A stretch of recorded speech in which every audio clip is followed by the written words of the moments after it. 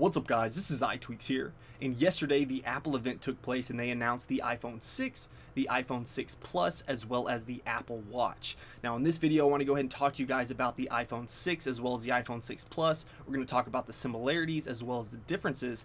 That way possibly you can get a better idea of which device you want to purchase when it's finally released on September 19th. So let's go ahead and jump right in. So to give you guys a brief overview, we're going to be jumping from a 4-inch display, which is what we have right now on the iPhone 5S, up to a 4.7-inch display, as well as a whopping 5.5-inch display on the iPhone 6 Plus. So which one's going to be better for you? Let's go ahead and take a deeper look.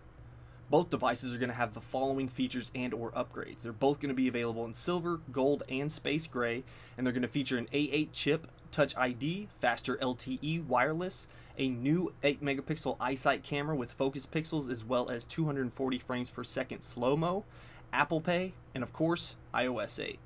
Now they're both going to have the same design, nothing really changing in that aspect, but there are some physical characteristics like weight, size, width, and depth that actually will change. But the differences in weight and depth aren't really that big of an issue. I don't think it's something that's going to either sway you one way or another. So we're going to go ahead and mark that up as a non-issue, and we're not going to calculate it into whether or not we want to purchase this device or the other device. So just for you guys' reference, the iPhone 6 Plus is going to be a little bit thicker as well as a little bit heavier, but not enough to sway your decision. So let's talk about width. If you're on the iPhone 5S, the width of the iPhone screen is 2.31 inches.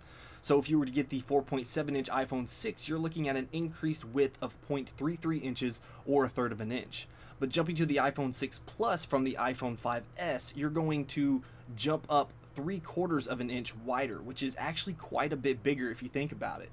So if you have smaller hands, it's probably going to be more difficult to reach all the way across the width of the device if you're using the device one-handed. Now the height of the iPhone 5S is 4.87 inches.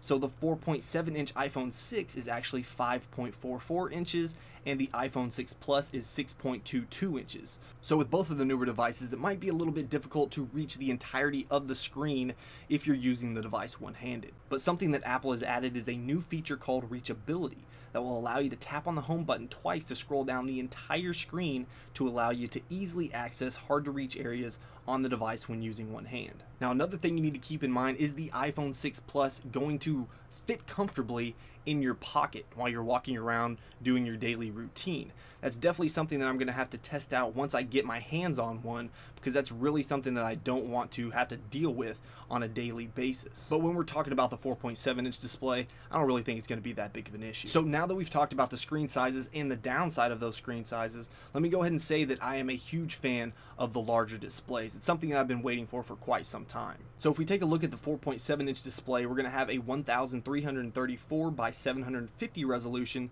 at 326 pixels per inch, while the 5.5-inch display will be 1920 by 1080 resolution, or more commonly known as 1080p, at 401 pixels per inch. So for me, that means a much more enjoyable experience on the iPhone 6 Plus when I'm watching YouTube videos, Netflix, or even movies. Another feature that the iPhone 6 Plus has is optical image stabilization, while the 4.7-inch only has digital image stabilization. So according to Apple, the optical image stabilization works with the new iPhone's gyroscope, the A8 chipset, and the M8 Motion coprocessor to literally move the camera lens in order to compensate if your hands shake while taking photos.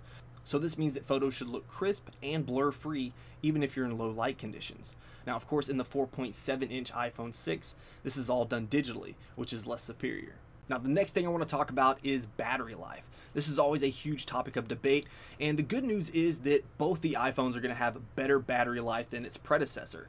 But really the iPhone 6 Plus really takes the cake when it comes to battery life. If we take a look at these side by side, you can see that the iPhone 6 Plus crushes the 4.7-inch iPhone 6, as well as all the other iPhones when it comes to talk time of 24 hours on 3G, standby up to 16 days, 12 hours of internet use, 14 hours of video playback, and 80 hours of audio playback. So we're talking a 70% improvement in battery life in the iPhone 6 Plus compared to the 4.7-inch iPhone 6 when it comes to the talk time and standby time.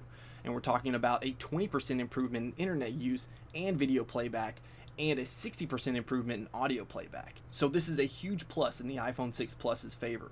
Next is somewhat of a downside for the iPhone 6 Plus, and that's that it's going to start out $100 more expensive than the 4.7-inch iPhone 6. So that means we're talking a 16GB iPhone 6 that's a 4.7-inch model will be $199 on contract, while the 16GB iPhone 6 Plus is going to start at $299 on contract. So of course off contract, if we're talking about the 16GB versions, we're talking $649 for the iPhone 6 4.7-inch display and $749 for the iPhone 6 Plus. So having said all that, if I had to choose one, I would probably choose the iPhone 6 Plus. It's really hard for me to just pass up that 1080p display as well as that incredibly improved battery life, just because that can sometimes be an issue when you're using your phone for work every single day. Now that's not to say that my opinion can't change. I haven't had either one of these devices in hand, so I haven't had any type of hands-on time with either of these, so that's really going to be the main decision maker. So I don't really think that the iPhone 6 Plus is going to be incredibly hard to use. I don't think it's going to be too big. I think it's going to be great for watching, like I said, Netflix, YouTube, and just movies. I mean, just laying in bed, checking out YouTube before I'm going to bed. And I think that's really going to be a huge plus for me. But I'm really anxious to hear what you guys have to say about the 4.7-inch iPhone 6 and the iPhone 6 Plus. Which one do you plan on purchasing, or do you not plan to purchase either one of them?